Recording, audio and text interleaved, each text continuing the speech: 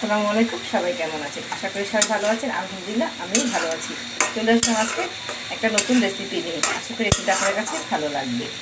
তো এই তো আমি প্রথমে পেঁয়াজটাকে তেলে ভেজে নিয়েছি, তারপরে মশলাগুলো দিয়ে দিয়েছি। হলুদের গুঁড়া, মরিচের গুঁড়া, ধনিয়ার গুঁড়া, সামান্য আদা বাটা, রসুন বাটা, লবণ, পানি দিয়ে একদম ভালো করে মশলাকে কষিয়ে নিয়ে একটা কাঁচামরিচ, 2টা টমেটো আর এই যে লম্বা লম্বা পিস করে আলু দিয়ে দিয়েছি। এখানে আমি 2টা আলু নিয়েছি। আর এখানে রেখেছি মাছ ভেজে। এই যে আজকে তেলাপিয়া মাছ দিয়ে আমি এই রেসিপিটা রান্না করব। আর ধনেপাতাটা কুচি করে রেখেছি। কী দিয়ে রান্না করব? আলু, টমেটো, এই যে ফ্রোজেন করা সিম। এটা আমি ফ্রোজেন করে রেখেছিলাম, প্রায় 2 মাস হয়ে যাবে। যখন সিম বাজারে বের হলো তখনই কিনে একদম ফ্রোজেন করে রেখে দিয়েছিলাম। তো এখানে আলু, মশলা, টমেটো আর একটু ভালো করে কষিয়ে নেব, তারপরে সিমটাকে দিয়ে দিব। সেই তো আলুটা বেশ ভালো কষানো হয়ে গেছে। আমি কিন্তু অনেক সময় আলুটা একটু পানি দিয়ে কষিয়ে নিই, মানে সিদ্ধ করে নিই কিছুটা। আজকে আর সেটা করলাম না।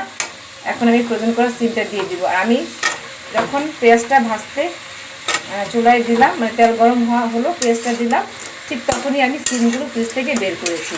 ওরে এই যে দিয়ে দিলেন, একটু পানিতে ভিজিয়ে রেখিনি। তা বললাম তো, জাস্ট পেঁয়াজটা তেলে দিয়ে ফট করে যে ফ্রিজ থেকে সিমটা বের করে নিলাম। আর এই যে আমি এই নর্মাল একটা দইয়ের বাটিতে রেখেছিলাম, কোনো স্পেশাল বাটিতে না, নর্মাল দইয়ের বাটি। দেখুন একদম ঝরঝরা হয়ে আছে। তো বাস এই যে বের করেই আলাদা করে নিলাম, অনায়াসে বের হয়ে আসলো। একটা সিমও ভাঙিনি বের করার সময়। আপনি বুঝতে পারবেন কীভাবে সিম এদিকে সংরক্ষণ করে আপনারা সারা বছর ধরে একটু একটু করে খেতে পারবেন। সিম দিয়ে মাছ দিয়ে খেতে পারবেন, সিম দিয়ে শুটকি খেতে পারবেন, সিমের চপ খেতে পারবেন, সব কিছুই খাওয়া যাবে। চাইলে ভর্তাও কিন্তু খেতে পারবেন। আমি একদিন তৈরি করেছিলাম, অসাধারণ হয়েছে, বোঝাই যায় না এটা ফ্রোজেন করা সিমের ভর্তা। আর আজকে যে রান্না করব, তেলাপিয়া মাছ দিয়ে রান্না করবো। মাছটাকে আমি হলুদ মরিচ লবণ মাখিয়ে ভেজে নিয়েছি, একদম কড়া করে ভাজিনি। তো এইভাবে করে আমি কিছু সময় সিম আলুটাকে একদম ভালো করে কষিয়ে নেব, তারপরে পরিমাণ মতো পানি দিয়ে দিব। তো এই তো ভাজা হয়ে গেছে, বা কষানো বলেন, যেটাই বলেন, হয়ে গেছে। এখন আমি পরিমাণ মতো পানি দিয়ে দিব। বেশি পানি দিব না, একটু ঝোল রাখবো, তো সেই পরিমাণে পানিটা দিব।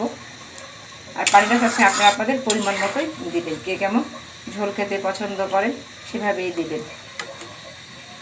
বাস এই তো, আর কিছু করবো না। এখন ঢাকনা দিয়ে ঢেকে দিব। আর নামানোর 5-7 মিনিট আগে আমি মাছগুলো দিয়ে দিব, সাথে ধনেপাতাটাও দিয়ে দিব। দিয়ে ভালো করে 5-7টার মতো বলক আনিয়ে তারপরে নামিয়ে গরম গরম পরিবেশন করে ফেলব।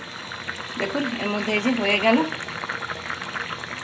ওর মতো পানি তো দিয়ে দিলাম, তারপরে মাছটা দিয়ে ঝোলটা একটু কমিয়ে আসছে, যখন মাছটা দিয়ে দিলাম, মাছটার সাথে আমি ধনেপাতা দিয়ে দিলাম। দিয়ে এই যে সুন্দর টকবক করছে। আর 2-4টা টকবক আনিয়ে আমি চুলাটা বন্ধ করে দিব।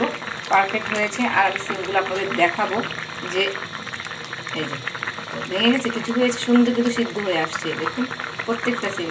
আর এই সিমটা কিন্তু একটু বিচিয়ালা সিম রেখেছিলাম। এই যে আপনাদের ভাই আবার বিচিয়ালা সিমটা খুব পছন্দ করে, তো তার জন্য বিশেষ করে সিমটা আমি ফ্রোজেন আরও করি, সে খুব পছন্দ করে। আর আমি তো তেলাপিয়া মাছ দিয়ে সিম আলু রান্না করলে তারা সেদিন কিছু লাগে না, এটা দিয়ে তার 1.5 প্লেট 2 প্লেট ভাত খাওয়া হয়ে যায়। 2 প্লেট বলতে একদম উঁচু উঁচু না, সামান্য পরিমাণে, যতটুকু খেতে পারি ততটুকু। যাই হোক, আশা করি রেসিপিটা আপনাদের কাছে ভালো লেগেছে। ভালো লাগলে অবশ্যই আমাকে কমেন্ট করে জানাবেন। আর আমার মতো এইভাবে সিম ফ্রোজেন করে অবশ্যই যে কোনো মাছ দিয়ে রান্না করে আমাকে জানাবেন খেতে কেমন হয়েছে।